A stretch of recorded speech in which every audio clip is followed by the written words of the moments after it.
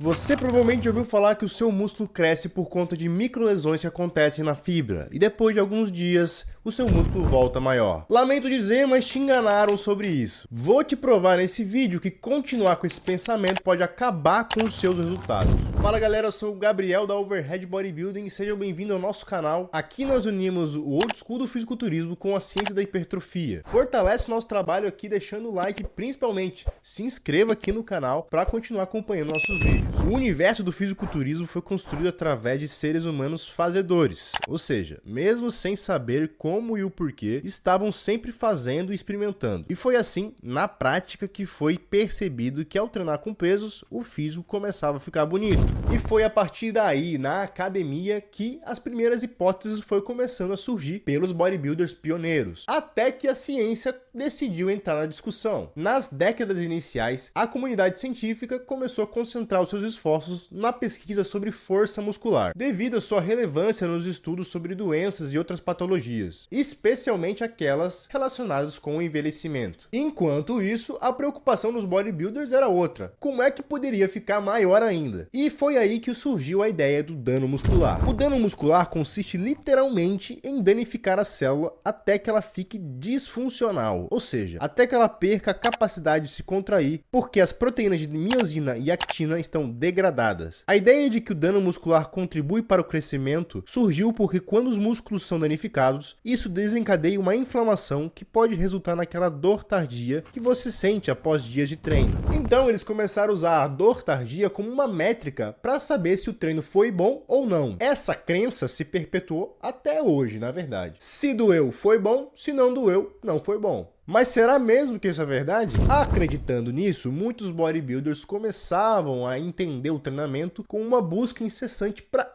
esse objetivo: aumentar o dano muscular e aumentar a inflamação. E como é que eles faziam isso? Eles aumentavam o estresse metabólico do exercício. O estresse metabólico é uma resposta que acontece em decorrência de cada contração muscular. Quando você contrai um músculo e utiliza energia na forma de ATP, ocorre a liberação de algumas substâncias químicas que chamamos de metabólitos. Um dos processos que podem ocasionar essa inflamação é o acúmulo desses metabólitos. Isso pode desencadear a liberação de citocinas pró-inflamatórias. Um dos metabólitos mais comuns é o íon de hidrogênio, que quando se combina com o lactato, entra na corrente sanguínea e torna o ambiente mais ácido. Esse aumento na acidez do sangue é o que faz você sentir o músculo queimar durante o exercício. Bodybuilders como Tom Platz, até mesmo o 8 vezes Mr. Olympia Lee Haney, diziam que treinos com mais repetições eram melhores porque sentia arder mais. Mas depois de grandes anos de estudo, a ciência tende a dizer que isso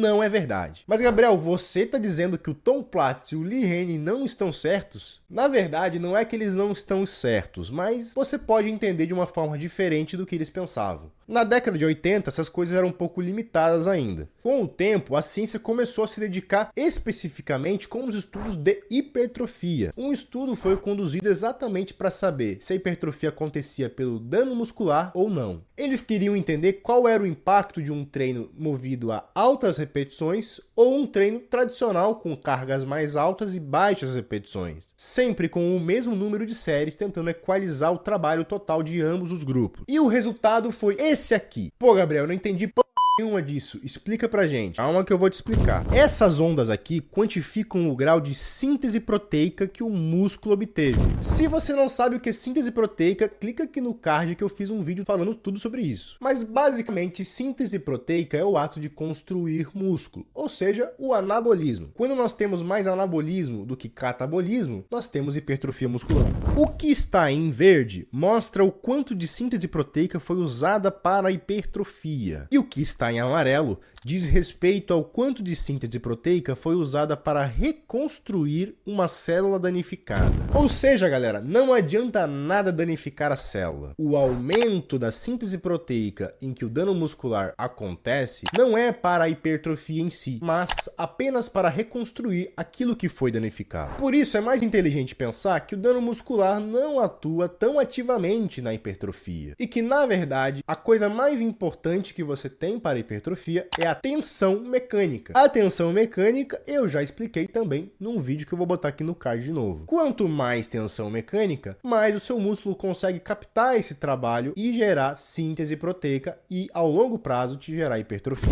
Esse estímulo captado pelo músculo vai ser transformado em hipertrofia apenas se você estiver num contexto de uma boa dieta e de um bom sono, para que você consiga recuperar e ter mais adesão ao longo das semanas. Quando todo esse contexto está alinhado, aí sim você consegue acumular massa muscular.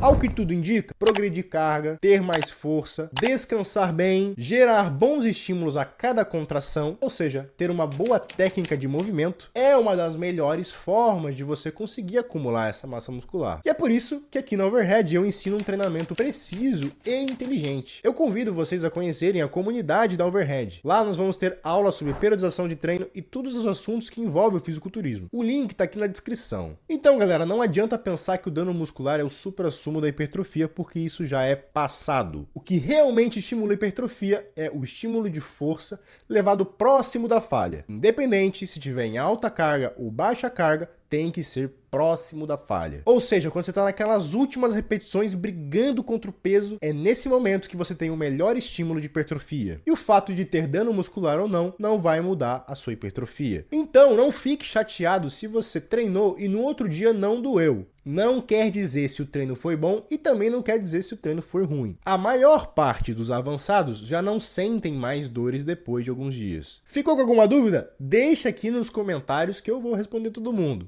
E não se esqueça de se inscrever aqui no canal, continuar acompanhando nosso projeto. Nossa missão aqui é propagar o esporte de alto nível e praticantes com muito conhecimento. Um abraço a todos e até a próxima.